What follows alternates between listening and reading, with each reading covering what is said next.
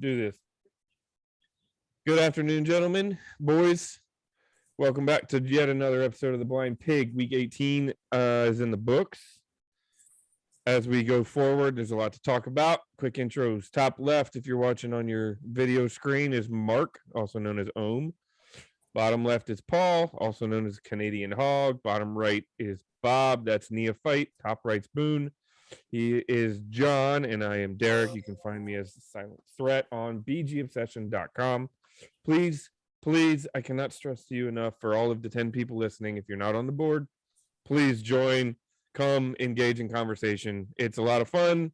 Most people actually like to be there, but some people don't. Anyways, so Washington finally showed a game where they were doing something well and did it again until they won convincingly for a change. Giants beat the Giants 22-7, if I'm not mistaken. Am I remembering correctly the score on that one? The score no one actually predicted. We were all around it. I think I was close. I said 31-13. So if you want to go by by score differential, I think I was close. But anyways, good effort by the boys. I was happy to see it. I wanted to see them beat the snot out of Joe Judge after his clown show comment, who just so happened to get fired yesterday. Too bad, so sad. I wish he was here for another 10 years. But how did you guys feel about the game this past weekend? Well, first of all, McCain, man, that guy had a career game. 2 picks, one down in their end zone, the other a pick six. I mean, doesn't get much better than that. I guess 2 pick sixes will get better than that, but that was pretty impressive. And Antonio Gibson was a beast all day.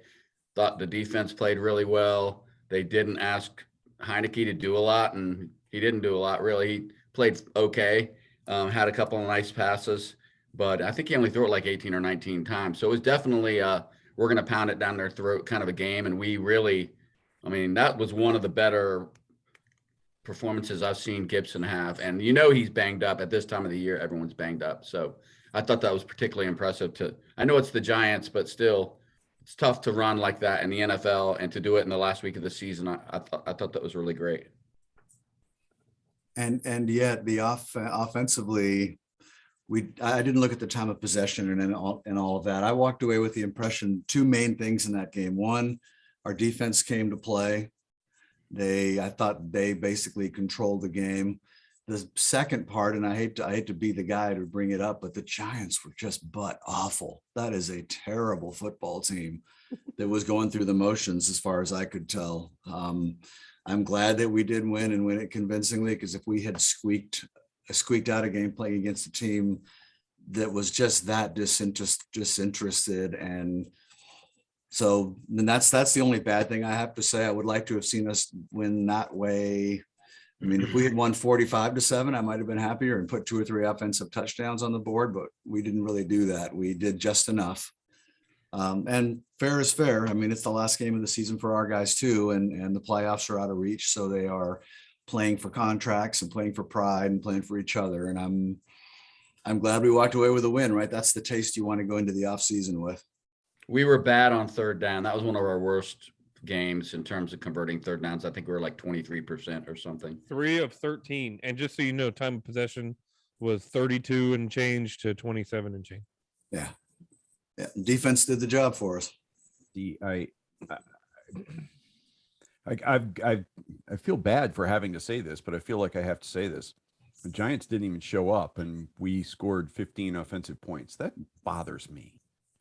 I mean, against a team with nothing to play for, granted, we don't have anything to play for either, except a certain level of pride. However, Rivera teams are known for closing the season, right? I mean, his team's kind of reminiscent of Gibbs back in the day a little bit, right? The team gets stronger as the year goes on.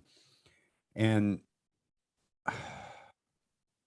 I don't know the way I granted, I didn't get to see the actual game because God forbid they show an NFC East, matchup in Dallas on the final Sunday. But, I don't even know who they showed because I didn't bother going in and turning the TV on. I sat here and watched the game cast on ESPN, and then I caught 2 or 3 different highlight packages afterwards. But I don't know. I'm a little disappointed that we didn't like hang 35 or 40 on them, because it really felt like it should have been that kind of game. And when I say that, I don't mean because Heineke was lighting it up. I feel like we could have hung 35 or 40 on them running the football all day long. Well, it started on that first drive. We got all the way down to their 5-yard line on 1st and 10 on the 5-yard line, and we Couldn't settled convert. for a field goal. So that kind of told you what kind of a day it was going to be. You're right. We should have scored a lot more, but I also think they knew we could beat them just by playing conservative. And so, because they took a couple deep shots that they didn't connect on. They connected on one to McLaurin, but he overthrew. I know Mark made this comment during the game that Heineke was overthrowing people left and right when he did take shots. Well, I suspect we'll be talking about the quarterback, but yeah, I'm interested to hear what Paul and Derek thought about it. one thing, and to your point, Bob, is there was a period between, and we did that thing that we've done in the past where there's the first drive looks fantastic and then the offense just disappears. And it was like we were forcing Heineke to throw the football for most of that second quarter and into that third quarter. I'm looking at it like, why are we throwing the football? The Giants have their hands on their hips. We're running. Gibson, Patterson, whoever you put in there was getting multiple decent runs. I mean, they were averaging good runs. We were gashing them. And then we would get to a 1st and 10 and we would try to throw the football, and then we're behind the chains again. Then we have to throw it on second because it's second long. And then we have to throw it on third. And we've then negated the offense that was controlling it. There was a period, and it was that drive I believe it was the fourth quarter, if I'm remembering correctly, where it was almost blatantly, obviously, Rivera called up and said, "Hey, stupid, run the damn ball." And we did. And it was 7 or 8 consecutive plays where it was Gibson for 8, Gibson for 12, Gibson for 14, Gibson for 8. And then boom, he cracks it for 20 for a touchdown. And it was like, well, what would happen if we had done that for 4 quarters instead of 1.5? You know what I'm saying? We might have seen 35 points that game, because we were bullying them. We were pushing them around. Hey guys, we did win an NFC East road game, so We did, and we swept the Giants. We did, and I feel bad for even bringing it up, but I just watched the highlights and I'm like, why? Oh my gosh, we're settling for field goals. It's obvious we know how to move the ball. What's wrong on 3rd down? Well, that's been our problem all year, right? We're hell on wheels going between the 20s. Just they were unable to find red zone success on a regular basis this year. It would have been a different year had they been able to. I guess I should be more optimistic and say, how about that Joey Sly? He's perfect on field goals for the year. I mean, that's pretty impressive, actually. And I mean, even if he only played 5 games. But yeah, he had all of 1 miss all year, and that was a block that you can argue was not his fault. And then he pulled a hamstring actually trying to run the guy down. So, love the effort. You've got to love the effort. And my guess is we're going to have one hell of a kickers battle next year in training camp. We might be talking more about kickers than quarterbacks next year. How about that one? I bet you $1 we don't. I'm not going to give you my money, even $1. Here's the drive I'm talking about. 8 plays, 72 yards, 4 minutes and 56 seconds. Gibson off the right side for 11. Pass short middle, Bates for 5. Then Gibson to right for 9. Gibson left for 17. Gibson right for 2. Patterson up the middle for 5. Williams up off the right for 5. And then Gibson 18 for a touchdown. I mean, that you want to talk about just controlling a game. That's the drive. I want to see that drive in the second quarter, not the fourth. Just my opinion. Sorry, not to nitpick. So Derek, to build off of what you were saying, because I think what you are saying pretty much echoes my sentiment in regards to that Giants game. That Giants game to me on Sunday was another in the long list of examples this year. Well, I shouldn't say long list because we only had 7 wins, but it was another example of the fact that when this team is successful, we're successful because we're able to run the ball. Sunday was a reminder of what we're truly good at and what our bread and butter is as a team. If you think back to those 7 wins, I would contest that probably 5 of them at the very least, we were able to control the game through our ability to run the ball. And moving forward next season, I know quarterback's going to be a hot topic, a very hot topic, but I would love to see this team create and forge an identity around its run game. I think sometimes we just overthink it too much. That's what we're good at. Our offensive line certainly surprised everybody this year, and they played magnificently on the whole. We don't need to overthink it. We're good at running the ball. That's who you are. Establish that identity going into next year, because I don't think we did it well enough this past season. It was kind of like we were trying to figure out who we were at times without acknowledging what we're truly good at. The only caveat to that would be, I agree with every word you said. I just think the context of what happened during the season matters. And Gibson was banged up, as he was last year, because he's probably not an every down back, but we're treating him like he is. We lost McKissick. Patterson he's okay. I don't know what he is really. I don't think we know yet, but he's not really a guy you can put in there and expect to get the same kind of production that Gibson gives you. And so I really think some of it is just realistically, how are you going to run it 35 times a game when all you have is Antonio Gibson and backups? We've reached the point. I'm just trying to balance what you're saying a little bit. I'm not sure that they wouldn't have run it a lot more if we had McKissick in there for the whole year. You're not wrong, John. We've reached a point where this, just like you've got to have 8 guys to play defensive line because you're rotating them, you absolutely have to have 2 starting caliber running backs in the NFL today. And not just to fill in when somebody's out for 2 or 3 games injured, but you've got to have 2 starting caliber running backs so you can spell those guys during the game, because they don't. I mean, look, probably the most amazing guy in the NFL right now is Derrick Henry. Derrick Henry can't play 16, 17 games a season. When was the last time he played a full year? Yeah. They don't make any running back, if you really think about it. It's not kind of become it doesn't happen very often anymore where a starting running back. Adrian Peterson is probably the last guy that took a consistent pounding every single game and managed to play a full season, more than 1 season in a row. And he's just a freak physical specimen. You're absolutely right. I mean, I wouldn't have said this to start the season, but I'm thinking it now. We need to be looking at running back in the draft, not because Gibson's bad, not because McKissick is bad, maybe not even because Patterson is bad, but because you've got to have quality guys. Well, I say you've got to have quality guys. I don't know. Cleveland signed a guy off the street in like week 3 who went out and hung $150 on the Broncos on a nationally televised game in week 7 or week 8, something like that. And maybe you don't have to have that guy. Maybe you just have to have the scheme in the offensive line that absolutely positively can manhandle anybody. But you're right. I mean, we've got to be thinking about that.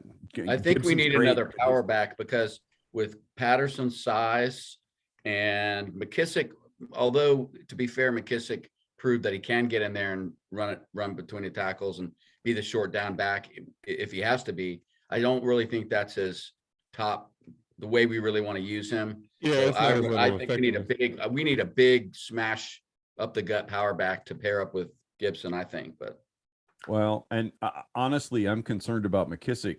Typically concussions are one of those things that it's kind of like heat stroke.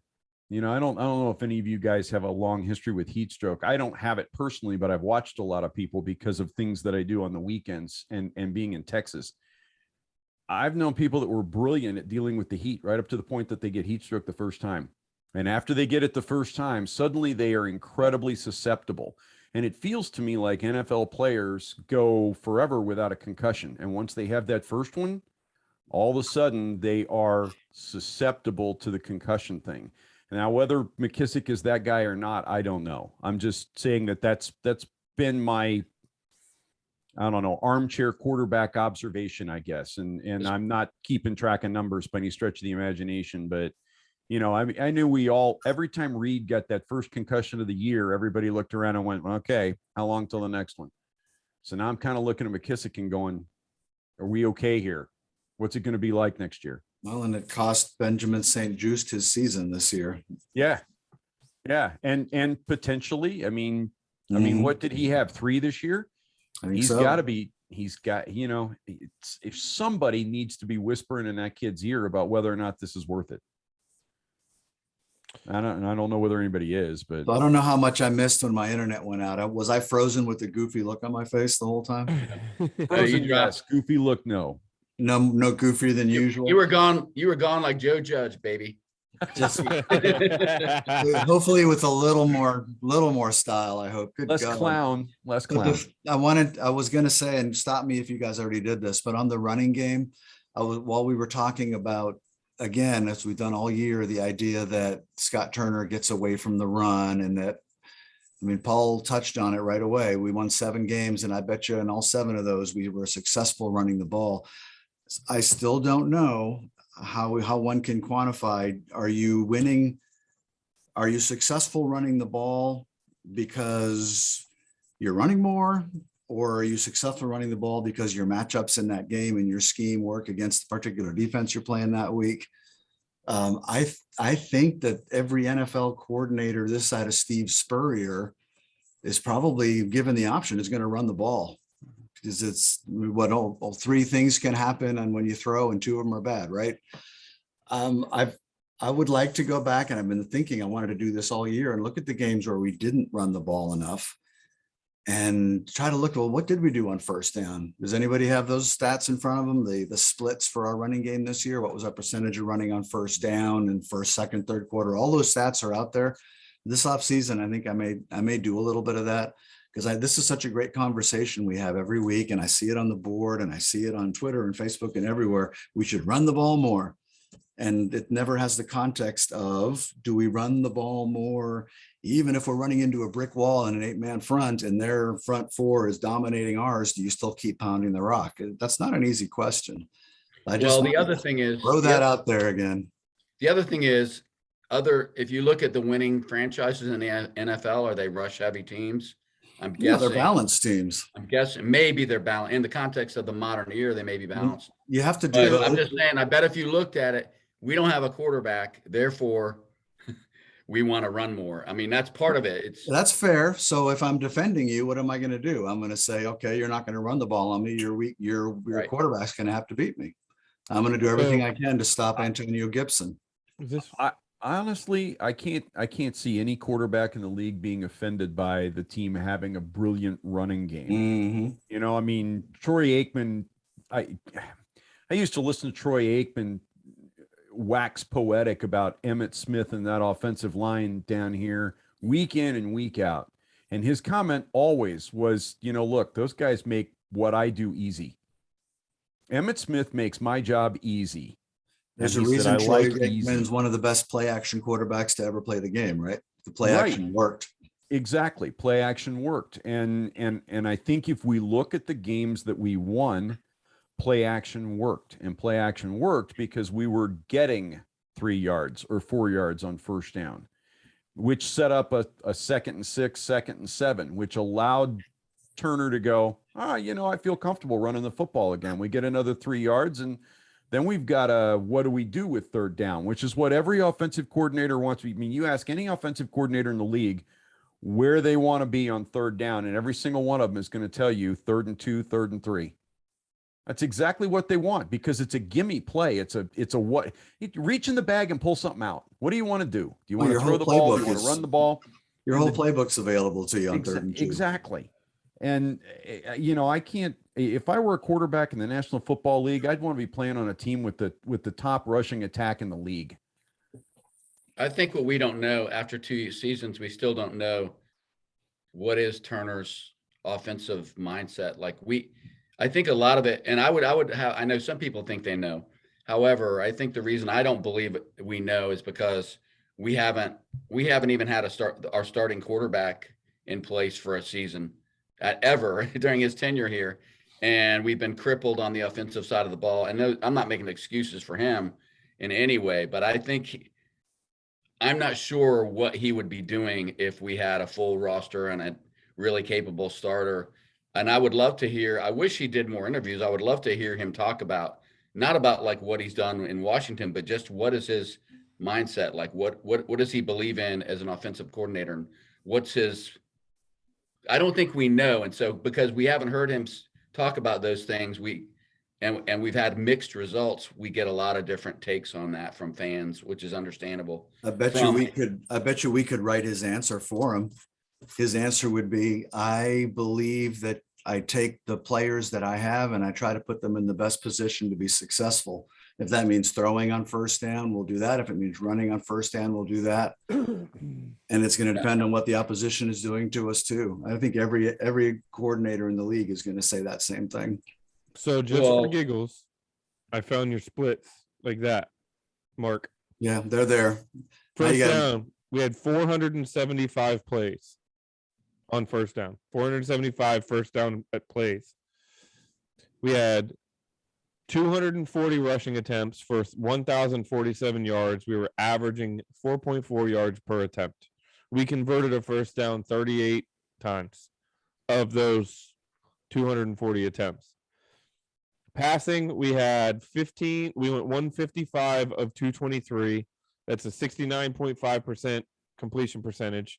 For 1,750 yards, we were averaging 7.8 yards per attempt. We were 70% on first down passing. Yes. And we converted 74 first downs via passes and our quarterback rating was a 102.4. And so the analytics guys would tell you that throw the damn ball. You know what I'm saying? What were the splits on run versus pass on first down? It was more than 50% run, right?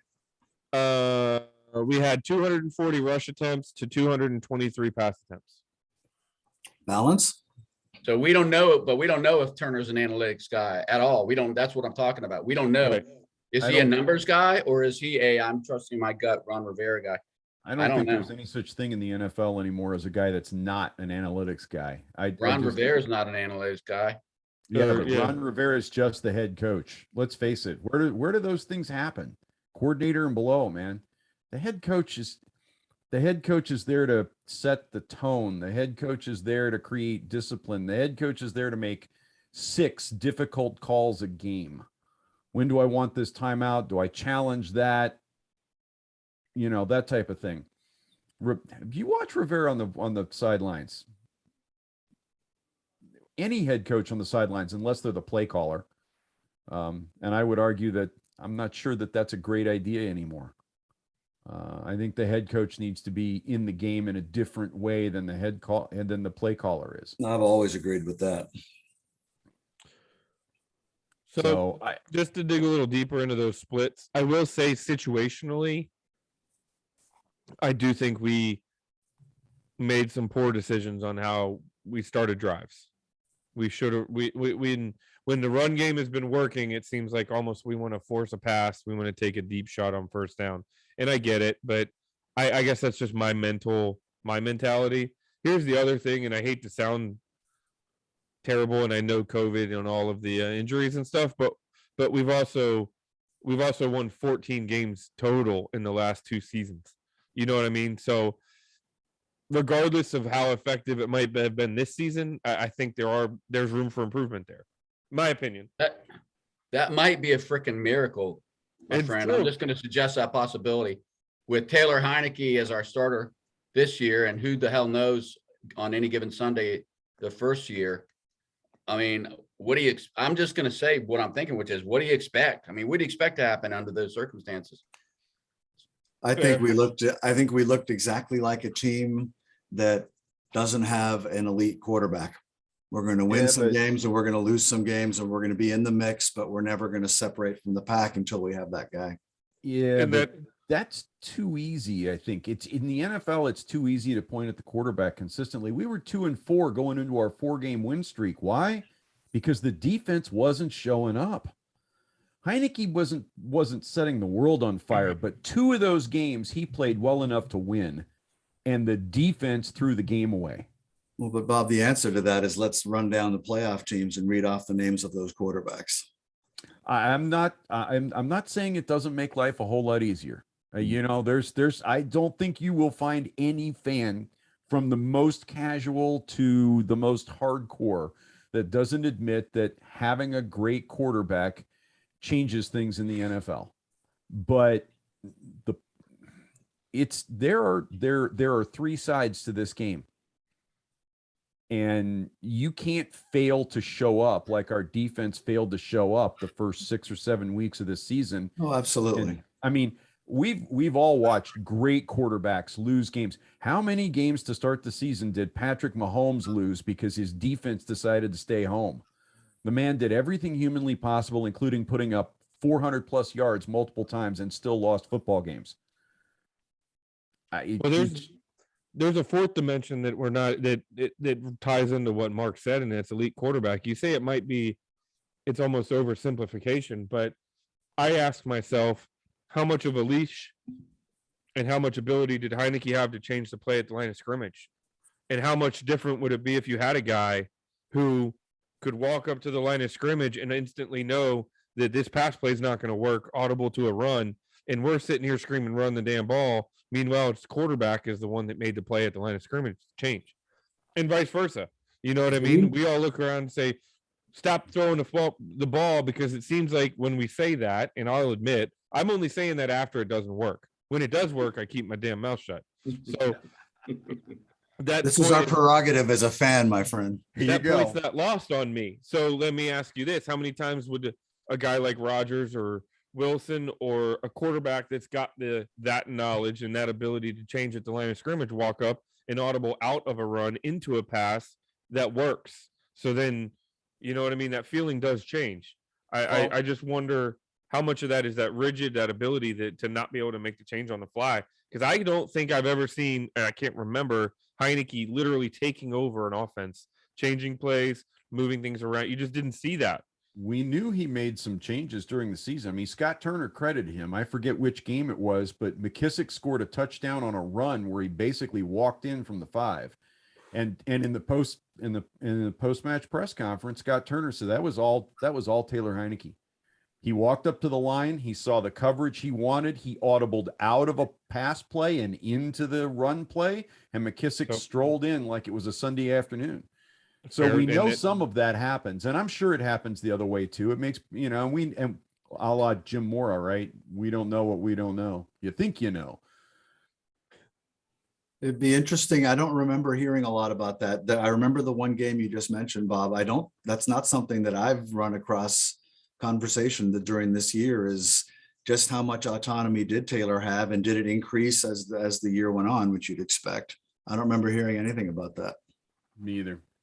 Not beyond that instance. And for that conversation, we have to remember the context of this is the first season the guy's ever started in the NFL, right? So it's not like he had a wealth of experience to fall back on. Yeah, I'm sitting here thinking, I think Taylor was just worried about Taylor when he was in the huddle, like, don't screw it up, Yeah, and that's fair, and but that's part of that's why I call it a fourth dimension, is the ability to change on the fly like that. That is a massive, massive weapon when it comes to your offense. Having a guy, Peyton Manning had a noodle arm, he had a broken neck. The guy couldn't run a quarter mile. He couldn't run a 40 in a quarter mile time, but he was so good because he knew how to get guys open every play.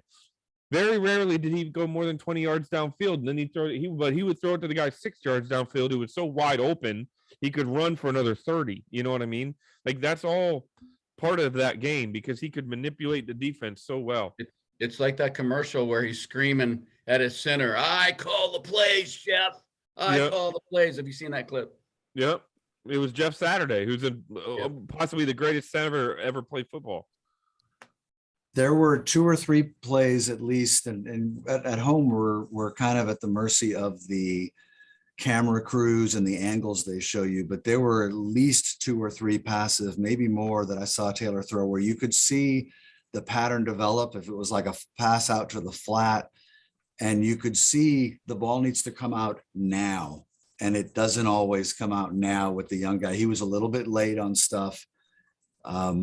that's part experience and part trust and part arm strength. It all works I was about to together. say, and the arm strength plays into that, because even if it comes out now, not only does it need to come out now, but it needs to be there, like when it needs to be there. You know what I'm saying? The one that I pretty much jumped out of my chair was on the attempted 2-point conversion. He makes this brilliant scramble out to the left and waits and waits and waits, and it's like it's Mahomes, right? And then he sees, was it Gibson in It the was right? Bates in the middle, or It no, was Gibson, Bates. Gibson. Who's there? And Taylor, bless his heart, he just kind of floats it in there. If he had put just a little more mustard on it, he hits it. I know he would tell you the same thing. I thought he could run that. I thought he had a slot to rush it in even before he broke. But you could see with the old Taylor would have taken off for the pylon. But And we he could have tried- had a 6th picture of him diving to that left Right. pylon. What do you got, Paul? I can see the gears turning, buddy. So I mean, we're talking about quarterback a lot. We're talking about Heineke a lot, and I mean, for me personally, I am very convinced that there are a lot of pieces here, and I know I might be taking this in a little bit of a different direction, and I don't necessarily mean to, but I honestly think that if we can find someone who is proven, someone who is legitimately proven in terms of playing in this league, I don't see any reason why, with the strength of the offensive line that we have, the weapon that we have in McLaurin, a promising guy in Gibson. I mean, he has his share of issues that he still needs to work on in order to become a complete player and fully refine his game. You think of a guy like Logan Thomas, who's an ascending tight end as well. I don't see any reason why someone who has a little bit more ability than Heineke and someone who has that, proven level of talent in this league, why that person cannot elevate this offense to a top 10 unit in the league, because I honestly think they are right on the cusp, and they are right on the cusp of being a truly, truly successful offense. I don't know what you guys think. Do you honestly think that one missing piece can make this group a top 10 unit, or am I completely out to lunch on this? I think they can make us a playoff team immediately. I mean, I think if we'd had, I don't know about Fitzpatrick. I really don't know, but I feel like someone that can fit the ball into tight windows and has a strong arm and a little bit of escapability. I think someone like him, even someone like Ryan Fitzpatrick, if we had had him healthy all year, we would have made the playoffs. I believe that. Yeah, I'm with you. I give that a resounding yes, Paul. I think the team, as it's not just the offense, I think the team is ready to be a contender. I do think it's missing. It needs to stay a little healthier than it did this year. But even with the potential starting offense and defense that we had on opening day, with a Matt Stafford who maybe stays healthy and doesn't throw 18 pick sixes, I think this is easily a playoff team. I think the one other factor, not only fitting it in tight windows, but right now, defenses don't have to worry about getting beat over the top. Terry might beat you over the top, but you're going to have time to recover. You know what I mean? So if you can deduce that McLaurin's going on a fly route, even if he gets behind you, you're going to have time to get back there, just because by virtue of the fact that Heineke struggles with that arm strength. So you can compact the middle of the field and you can bring it down and play downhill a lot more. Yeah, our offense takes place in the first 15, 20 yards. We don't threaten the deep middle. We don't threaten the deep outside at all. As many times as we've seen, so Terry McLaurin's rookie year and second year, how many times did we see him get hit in stride 3 steps behind the defender? I hate to say it. How many times do we see it with Heineke at quarterback? You know, Terry McLaurin's first game against Philly. He's getting doubled on just about every play. McLaurin is, because we don't have anybody else that's really scares anybody. So that's one thing I will take issue with is we have to either Samuels has to heal himself, whatever the hell is wrong with him, or we have to get, or we got to go out and find a real number 2 wide receiver. We have to have that, and especially because we don't know if we can rely on Logan next year. What is he going to be, one of these guys that's constantly dinged up?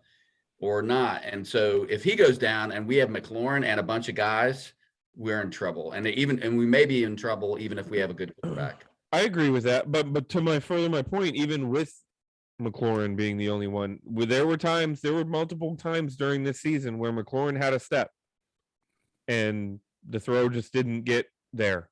And McLaurin adjusted and he made a catch. He led the league in contested catches.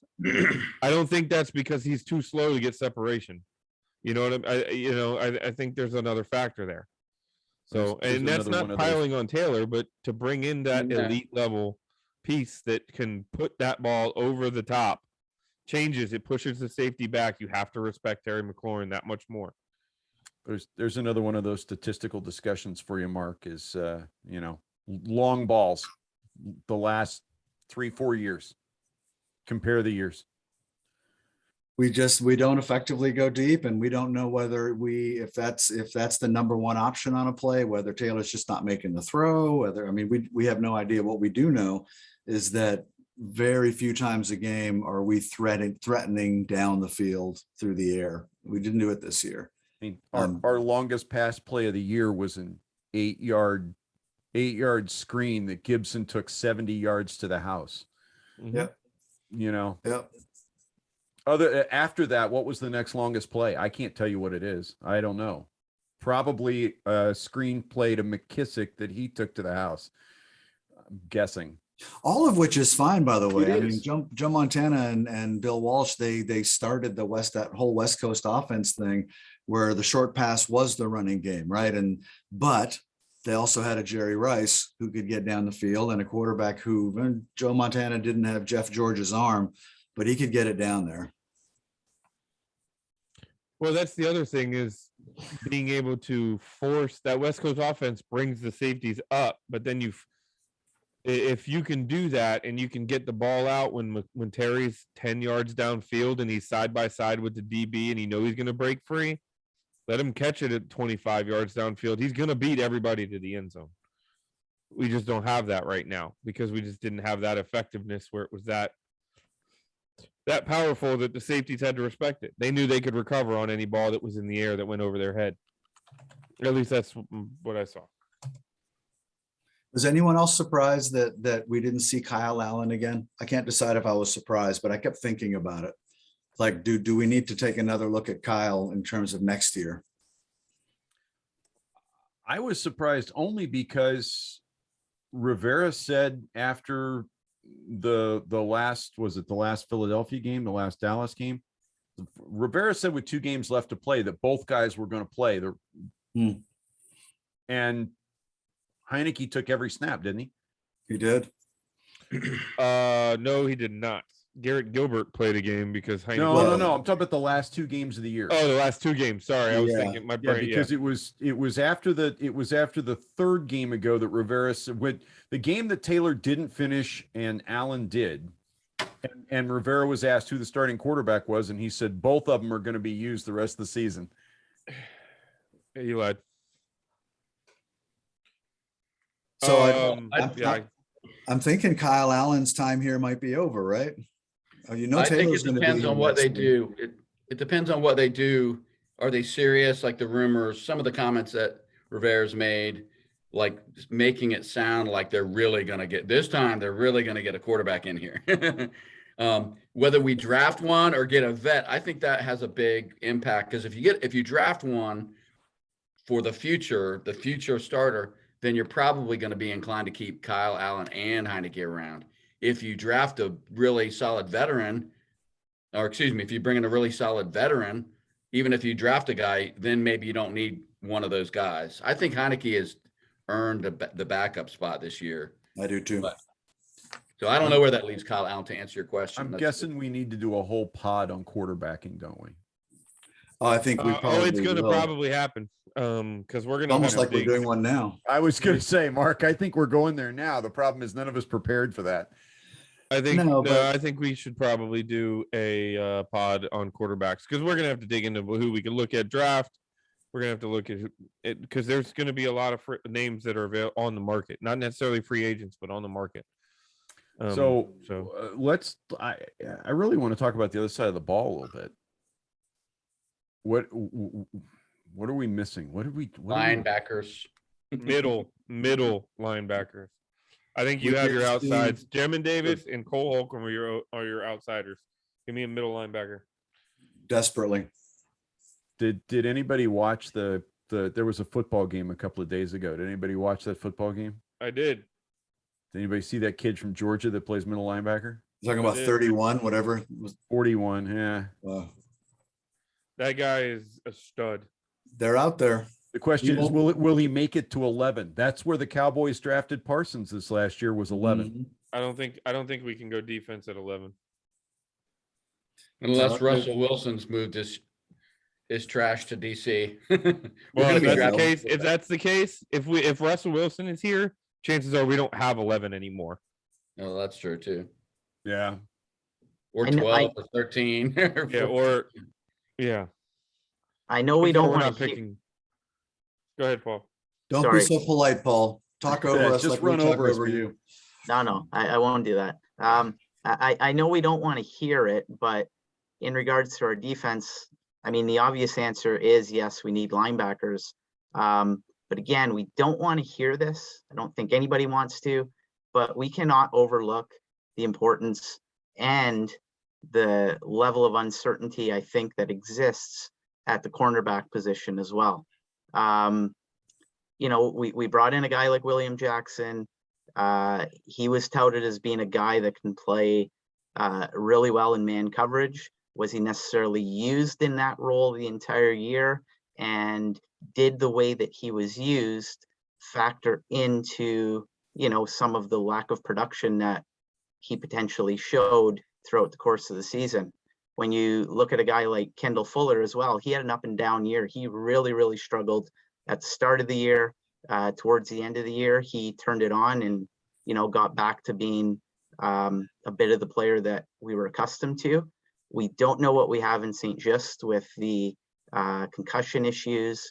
I just think there's too much uncertainty still at the corner position. And I think coming into the year, that was probably a position that we felt really, really good about.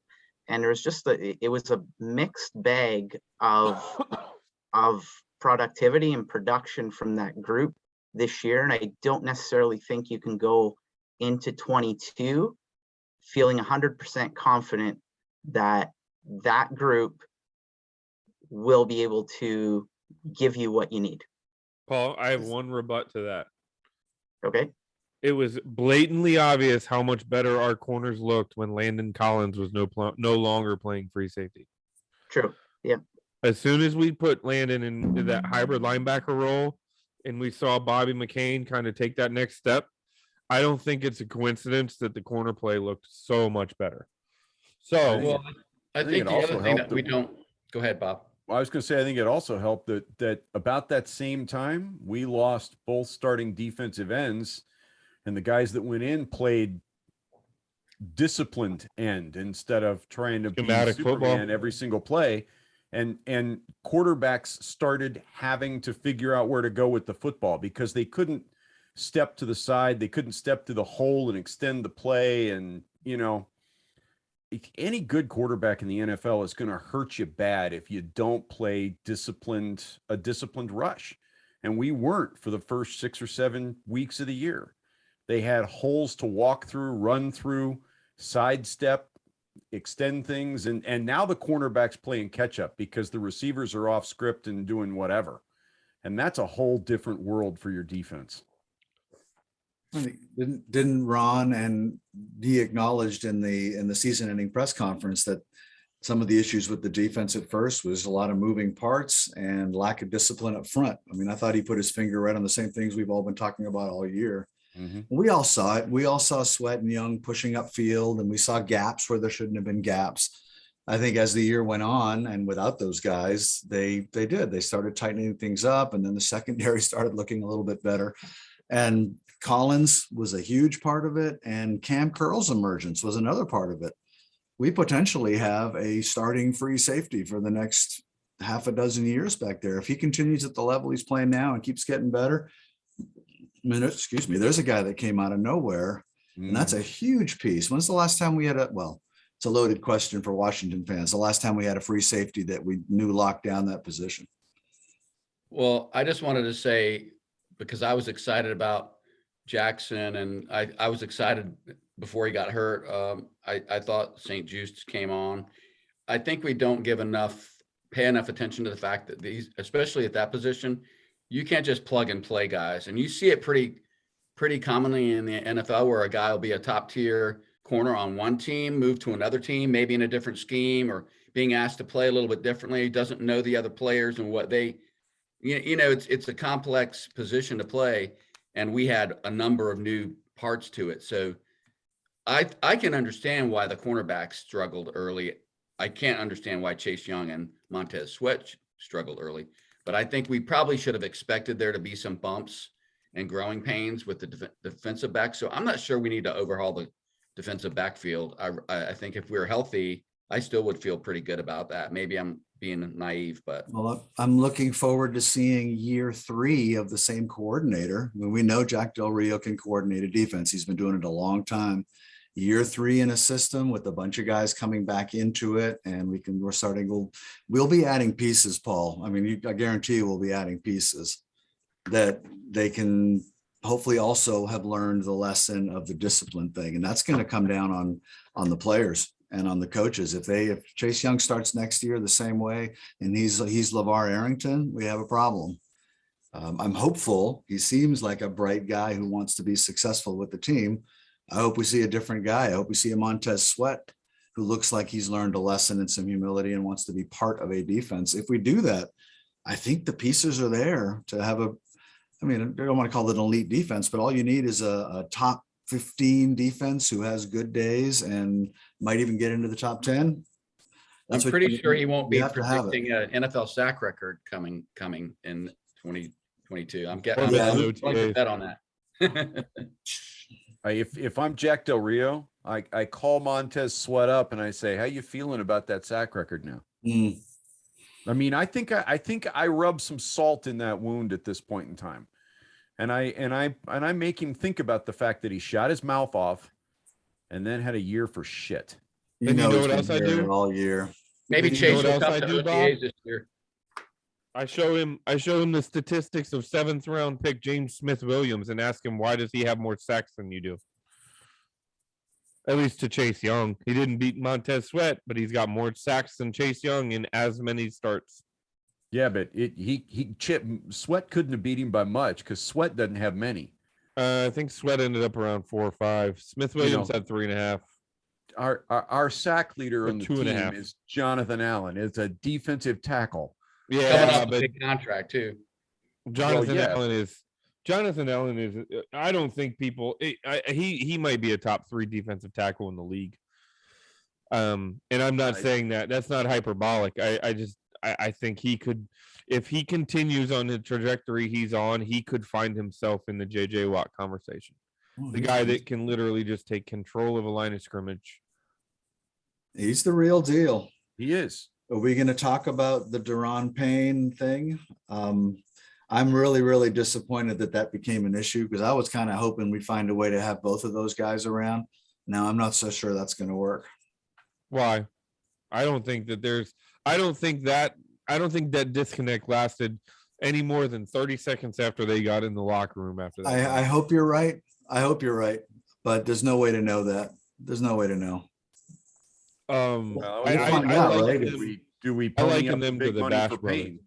Huh? Because his contract's up this year. Do we pony up the big money for Payne? And No, I think we still have one. I think we still have 1 year of control with Payne. He's heading into his Oh. contract year now. did we do Correct. we picked up his 5th year. so we picked up his 5th year. So then we picked up the 5th year on Allen, and then we signed him to a long-term deal. Do we do the same thing with Payne this year? Or do we ride that? And A lot of that will depend on what the locker room's like. Well, I don't know. It depends on a lot of factors. I mean, they're going to have to spend money in a lot of places. They have to balance that. You can't spend all your money on the DL, unfortunately.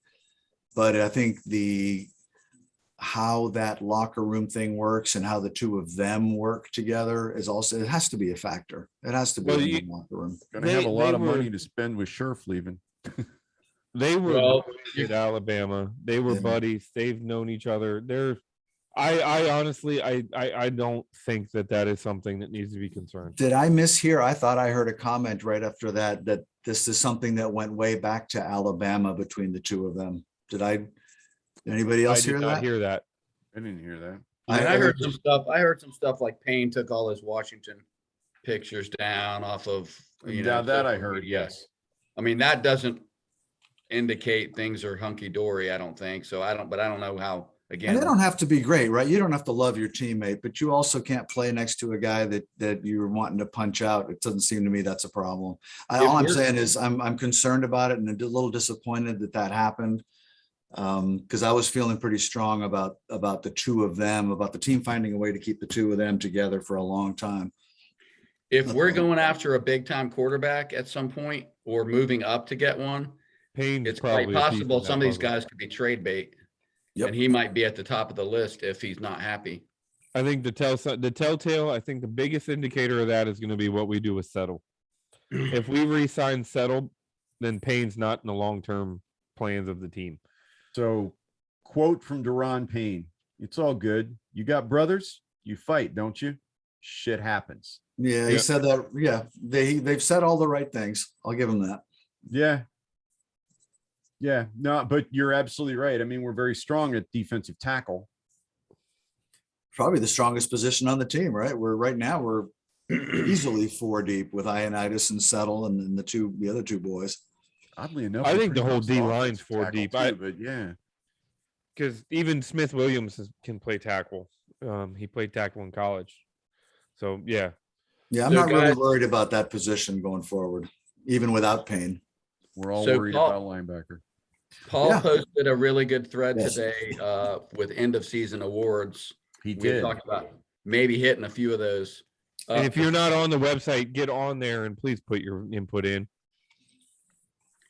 So Paul had a bunch of categories, but we talked about maybe just covering a couple of them.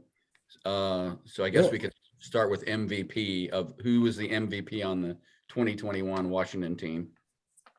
I think there's 2 options here. I think we're mostly all going to agree.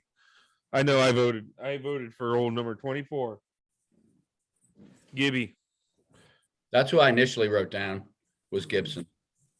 Because I felt like there were so many games where if he had been really solid on the ground game, we wouldn't have had a chance in him. And I'm critical as hell of him, but I think he was he was probably our most explosive weapon on the field.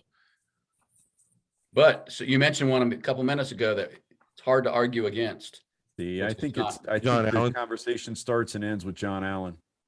Yeah. John Allen didn't have a bad game. You can argue that Gibson cost us at least 1 game with a fumble, maybe 2 games with fumbles at really bad And- points in time. And John he Allen almost cost didn't us have a another game bad going out of game. bounds within under 2 minutes. I mean, Yeah. I know. Yeah, I can't remember a play that John Allen was the cause of the problem. Well, he's not carrying the football. It's a No, little he's easier. not carrying the football. It but I doesn't really mean, jump out when he, but yeah, you're right. You're right. I mean, there were times where he took over the game, and especially in the second half, late in the second you know, half. when I say that, I mean, I can't remember a time when the color guy they went right up the middle. They went right through where John Allen was supposed to be. But if you look at the guard, he's got John Allen stuffed to the side. It's like, Or better yet, where he pushes Matt Stafford down and puts them in field goal range to kick a game-winning field goal, or one of those type plays where it's just a boneheaded "what are you thinking," or some sort of thing where he does alter the output. I can't argue that. Come Any on, other? Paul. It was your category, Paul. Hit me. yeah, No, I totally agree with Bob for team MVP. 100% for me, it's John Allen. The only thing that I want to add in regards to John Allen is the following. I mean, early in that season, that defense was awful. It looked like we were going to completely unravel. And I would hate to see where we would be or where we could have gone without the leadership abilities and without the glue and stability that a guy like Allen provides. I think there were many, many moments probably when that defense was really, really struggling. where a guy like Allen just completely was able to settle down that group and just get them together and helping them to stick together. I think a lot of that might potentially go unnoticed. So just from a leadership standpoint alone, I think he played a huge role in helping that defense dig themselves out of a black hole at the beginning of the season. So I'll say that. After signing a big contract, I'll keep saying that because it doesn't often happen like that, Yeah, usually the guy plays like a bat out of hell the season before the big contract, and then he takes a step back into the crowd after he signed it, and it felt like Allen stood up even taller. Yeah, and there were a couple plays. Allen was 18, 20, 25 yards downfield, making a tackle on a running back that had broken free. Yeah, I can't honestly. He is probably the next jersey I buy. You know what I mean? Like when I decide that I'm willing to actually give money back to that team, it's probably going to be a John Allen. Now, well, let's see what the Commodores jersey looks like first. All right, rookie of the year, guys. Oh, wait a minute now. Wait a minute. Did you give your MVP, Mr. Boone? Yeah, He's Gibby. Gibson. This is in writing. I went Gibson, but I started thinking about John Allen, so I'd have to go with Allen. Well, okay. I have to throw something out there. Then I was thinking of this earlier. John Allen to me is a no-brainer. I agree. He gets the award. And Gibson, you can make a case for. There's one other guy that we've been talking about all year that I think we have to mention, and we've been talking about him all night. We're talking about TH4. Oh, what really? were we talking about 4 weeks ago after a 4-week run, and we're 6-6 with our backup quarterback, and we are talking about whether we're going to extend this guy and pay him real quarterback money.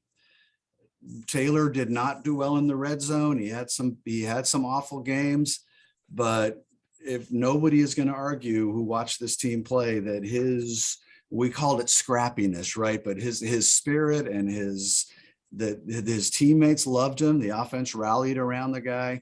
This was not supposed to be our starting quarterback. And I thought I have a lot of respect for what I'm going to call him a kid because I'm an old man now, but I have a lot of respect for what he did this year. Mm-hmm. And I think you could make a case he's at least an honorable mention for MVP on the team. So one of the other categories Paul came up with was unsung hero, and you pretty much just described the qualities, gritty, came through when we needed him, wasn't expected to be an impact kind of a guy. And that's where I plugged in Taylor. And I just out of curiosity, I pulled up his season numbers since the season's over. In his first season as a starter, he threw 65% completions, which to me is pretty impressive. Mm-hmm.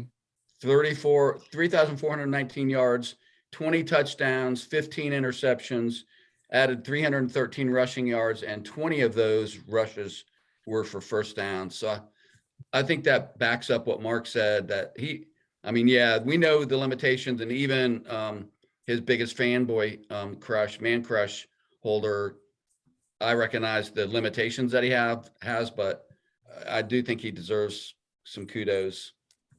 I think he earned himself a job, at least as a number 2. Dwayne Haskins would kill for those numbers. See what, any rookie in this past draft would kill for those numbers. Did any rookie in this past draft actually play 17 games?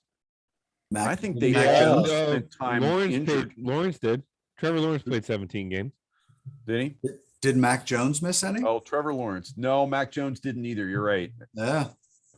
Stuff to hear about Mac Jones, though. Zach Wilson started the whole season too, didn't he? No, Zach missed a couple. They had some kid that came in and lit it up for a week, some journeyman, and he was a hero for a week. And then the next game he fell apart. So I'm going to put out there, just because we pivoted a little bit, my unsung hero, and I guarantee you nobody thought about this before I put it out there, was Cameron freaking Cheeseman.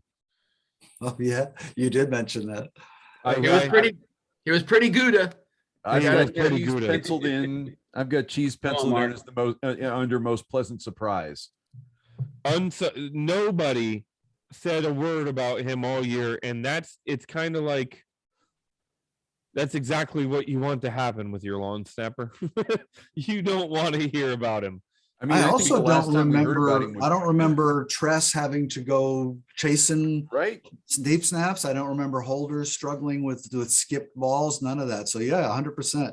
The guy did a He- hell of a job. We He had all impressed kinds of me, and we talked about him in the draft, and we said, "Man, this he's coming in. He's following the footsteps of a fan favorite." You know, and it's a pivotal point. It's like I mean, it's like the most pressure you can be under without anybody knowing your name, because if you snap it wrong, everybody's going to remember your name. And Particularly if you've got a name like Cheeseman, they will Right. remember. So it sounds like we're not, this offseason, we're not gonna end up cutting the cheese, is what you're saying. that's right. We're not. Well, we've cut plenty of cheese, just not that one. You're a terrible. Can't No, I- believe you went there. You should be We- ashamed. we actually traded to get the draft pick that we used on him, didn't we? I think you're right. Yeah, I want to say maybe a 6-rounder. Because there was a tremendous amount of shit on Twitter about the fact that we traded Yeah. To get a to long get a snapper. draft pick to draft a long snapper, and people were bitching about you sign a long snapper as an undrafted free agent. You don't waste a draft pick.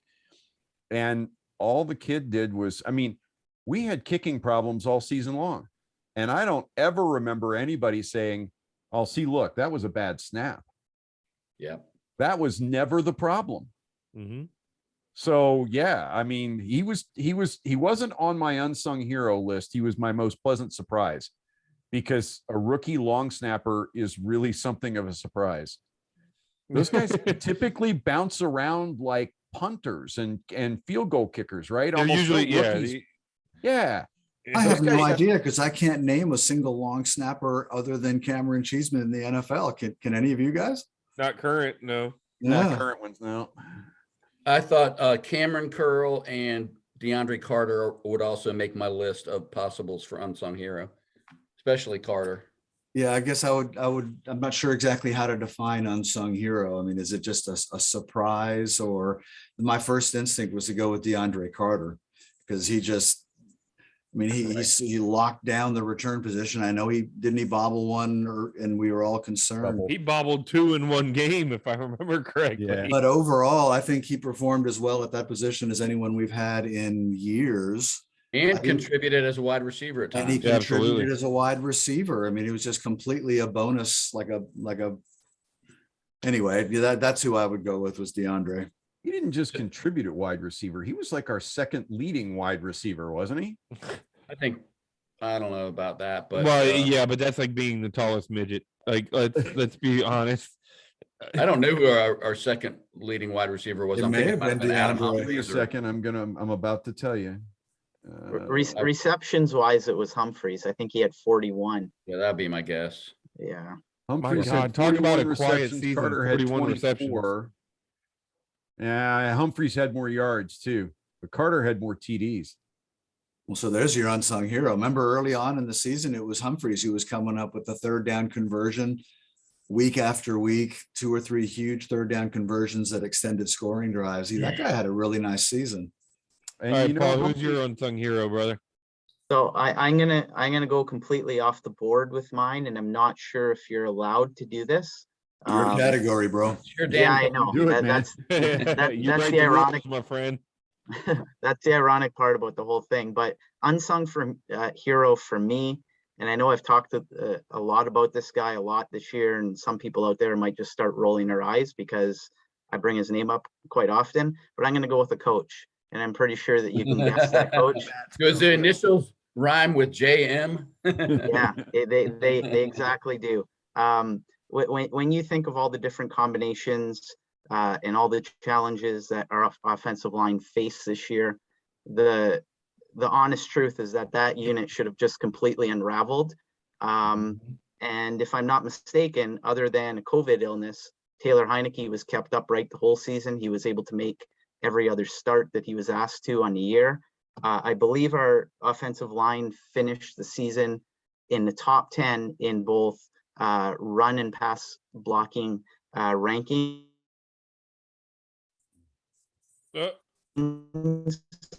And I mean, our offense, when we were successful, a lot of it could be directly attributed to the great play of that offensive line. And I would really be interested in seeing what a guy like Matskos can do with a unit that can stay healthy for 16 games. They played awesome this year, and to be able to go into 22 with 5 consistent guys that you can trot out there week in and week out, I think we can move towards the level of great, not just good. So I'm going to say he's my unsung hero. I think we're going to have 4 starters back, right? Sheriff's probably the only one. We signed Leno. Rouillet is going to return. Cosme's on a rookie deal. You got to figure if Flowers is penciled in at left guard. So right guard's about the only place we need to address, right? It's true, Paul, thinking about it, when in the games where we didn't protect the quarterback very well, I don't remember thinking that it was that we were getting beat schematically, that we had guys out of position, that they didn't know where they were supposed to be. When we got beat, we lost one-on-one battles because we were playing 4th string centers who couldn't handle the responsibility, but they were. We had 5 guys into block 7. I did not get the impression during the course of the year that we were outplanned, that our offensive line they seemed to know what they were supposed to be doing, and they couldn't always do it, but there's a big difference, right? It's like, unlike you got Montez Sweat and Chase on the other side running off and doing things and leaving big gaps. I don't really remember seeing that a whole lot from this offense. I'm with you. I credit that to coaching. The only game I felt like we got out schemed as far as that's concerned was the first Dallas game. And the first half of the first Dallas game, it just felt like the Dallas team was playing a game we were unfamiliar with. Yeah, but how part of that was because we had, interior line. We were down to our 4th string center, their interior line, I'm pretty sure, but it just felt like there were guys coming free everywhere, and we had absolutely no answer for anything. But other than that, Mark, you are absolutely correct. And that's fair. Hold on a second. In that game, there were multiple times, and we commented on the podcast that they were bringing more people than we had in the block. And we saw times that we would keep a tight ended chip. We would keep a running back in for pass pro because they needed the help. And we all saw it. It wasn't, I don't think that was 5 guys rushing against our 5 offensive linemen and they were getting beat. You know what I mean? They were running delayed blitz. They were running stunts. That's fair. They were doing a lot of things that we were asking, why are we not offering more help? Because they're bringing more people than we have to block.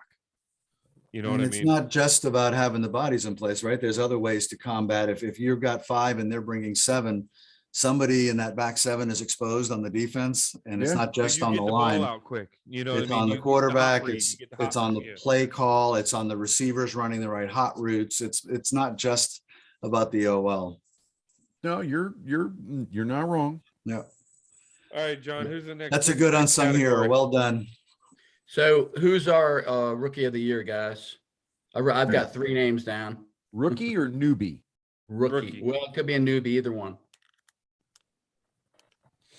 I'm going to go rookie. My rookie of the year is Sam Cosme, and I have a hard time arguing anybody else. He stepped in as right tackle. Huh? How many games did he get into this year? He started every game until he got hurt. Yeah, I think he missed maybe 3 games, 3 or 4 games. Oh, I thought it was at least 3 or 4, right? Yeah, but that was injury. That wasn't play. Oh, I know. So I got it. I mean, and my unsung hero is Cameron Cheeseman. He started all 17, but no, Cosme stepped in right tackle day 1, started. Now we're talking about when he went down and we were putting in Cornelius Lucas. Everybody was like upset and worried that Lucas was stepping in behind a 2nd string right tackle who's supposed to be a developmental guy. I think he stepped in admirably. He could be our right tackle now that Leno's under contract for the next 3 years. He'll probably play out his entire rookie deal at right tackle, and hopefully we sign him to an extension, and he's here for the better part of a decade. So I think John Bates deserves a mention, and I will say this. One of the reasons we're so impressed with Sam Cosme is because he looked like a blown pick for the first couple games. He looked like he had no clue what he was doing out there. We forgot about that because he it kind of came around and he started looking like the guy that we thought we drafted. But I think part of the reason why we're so high on him is that he started out terrible. I thought John Bates was kind of invisible for the, early on, other than blocking. And then we really saw him come on towards the end of the season, making some. That guy's a legitimate two-way tight end. He That was can my be- guy.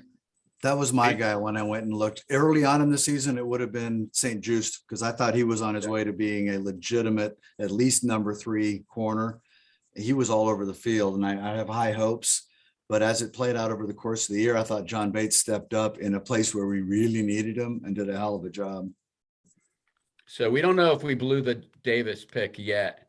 Although he made some eye-popping plays in that last game. That one stop on, I think it was either third, it might have been a fourth and short. Fourth down. He read the play and caught the running back in the backfield. I mean, the guy had no chance. That was an amazing play. But I think we probably all agree he was a little bit of a disappointment for a number 1 overall. If you had to give him a yay or nay, I was disappointed in the overall grade. I think he's got lots of potential. I hope he turns into the guy we hoped he would be originally. I think everybody would think he was a brilliant pick if we'd picked him in the mid to late 20s. That's the kind of developmental pick that teams like New England do all the time. Second And- rounders, right? Belichick always takes them in the second round. You catch somebody that would have been a great second rounder, but if he'd been a second round pick, maybe nobody'd be upset about it. But I don't think he would have made it to the second round if we hadn't taken him at 16. Oh, And 2 agreed. years from now, we may be thrilled with it. right, he may prove everyone. And but honestly, impatient. from a disappointment standard, I don't see how anybody gets that award but Chase Young. I don't see how anybody can get that award but Chase Young. Well, yeah, I get that just because of the expectation level. I'd have to put Curtis Samuel on that Curtis list. I'm not- Samuel's in that conversation. That's It's my guy. not by Curtis- any fault of his own. He's hurt. Yeah, I was but- going to say, yeah. Well, but see, Right. again, that you can't say that. You can say the same thing about Jamin Davis. He didn't ask to be a number 1 draft pick. Well, maybe he did ask, but the point is he had no control over it. He got picked number 1, and fans have an immediate expectation for that draft pick. We also had an immediate expectation for the free agent signing of Curtis Samuel. Mhm. That's my biggest disappointment in terms of a player that I went into this season thinking we finally got ourselves a legit number 2. I remember looking at a lot of film and highlight packages and all that of this guy, thinking I can see what they want to do with him, and was really looking forward to seeing him getting some of the attention away from Terry McLaurin. I think that was a huge downer for the offense all year long, particularly because our other higher draft pick, De'Ami Brown, for whatever reason, might as well not have been here. The man was a ghost this year. That was a big disappointment. I'm going to throw one other name out there for big disappointment. He may not be the biggest disappointment on our team this year, but in my opinion, he's certainly up there. And for me, that's a guy like Montez Sweat. Mhm. He's coming into his 3rd year. He didn't experience that sophomore slump. I believe his first year he had 7 sacks. Last year, a season ago, he had 9. So he seemed to be like a guy that was ascending. And at the end of last year, if you remember, a lot of people were claiming that Sweat actually had a way better season than a guy like Chase Young. So coming into his 3rd year, I would have thought that a guy like Montez Sweat would have been able to take his game to another level. Instead, I feel he fell into the trap that Chase Young fell into, and that was buying into his own hype. And it ended up being an utter disaster for him. Yeah, it's hard to argue that. I think it's funny that how could we not say losing our starting quarterback like 5 minutes into the first game Ryan of the Fitzpatrick. season is not the biggest disappointment, but I guess it happened so long ago we can't really Maybe know. that moment, but that I guess that being that he got hurt kind of omits him from being the most disappointing Yes, player yeah. because Yeah, guess that's a it's different incomplete. category, right? Disappointing player versus disappointing event. Yeah. Right. To me, the biggest disappointing event was what the bleep happened with our defense the first 6 weeks of the year. That's still been unanswered. It's what exactly was the story there? It's one thing to be getting used to a new secondary and integrating new pieces and all that, but it was really bad at this first part of the season. We've forgotten because they kind of got their act together. I'm going to be waiting a long time, and I hope someday we'll get some sort of reasonable explanation as to what the hell happened there. Do All right, guys- John, are there any more categories? I think that was it, right? Best BGO, most electric BGO blind pig, participant. I don't know. It's probably Oh, that's easy. That's Paul. All right, boys, it has been an absolute pleasure. 18 weeks of this. I think we missed a couple weeks in there during this win streak. Maybe we should stop because it Did anybody well. predict 7 and 10 in our preseason predictions? I think we all had a winning record. I think Yeah. we all had us winning the division also. we're all We caught. probably all said also, I think Ryan Fitzpatrick's going to make a big difference and the offense is going to hum because we've got a legitimate pro quarterback back there. And a starting number 2 and an all-pro tight end. And And the all of those defense things. clearly is an elite defense and it's going to hit the ground running. That's what we were all assuming, but all right. Well, I guess we'll get together and figure out an off-season calendar. And we'll talk that out and hopefully we can get some more pods posted up here shortly. The draft is rapidly approaching. Do we want to do a podcast on February 2nd? Is that something we want to play with? I think we should at least do yeah. one after. Maybe we can do a quick preview one the week before, but yeah, And we'll then definitely a- want to get A together. and talk about reaction. Yeah. favorite Commodore song. All right, gentlemen. Thank you very much. Bye, guys. It has been Hey, forever. just for you guys, let me go ahead and say it. This has been a blast to do this with you guys. This was an unexpected treat all year that was not part of my life and I didn't see it coming. I can't imagine not doing this now. And also to anybody who's out there who does these and listens to them, thank you. We're having a great time and we're glad that you're willing to click in once in a while. And get on the board and tell us how bad we suck.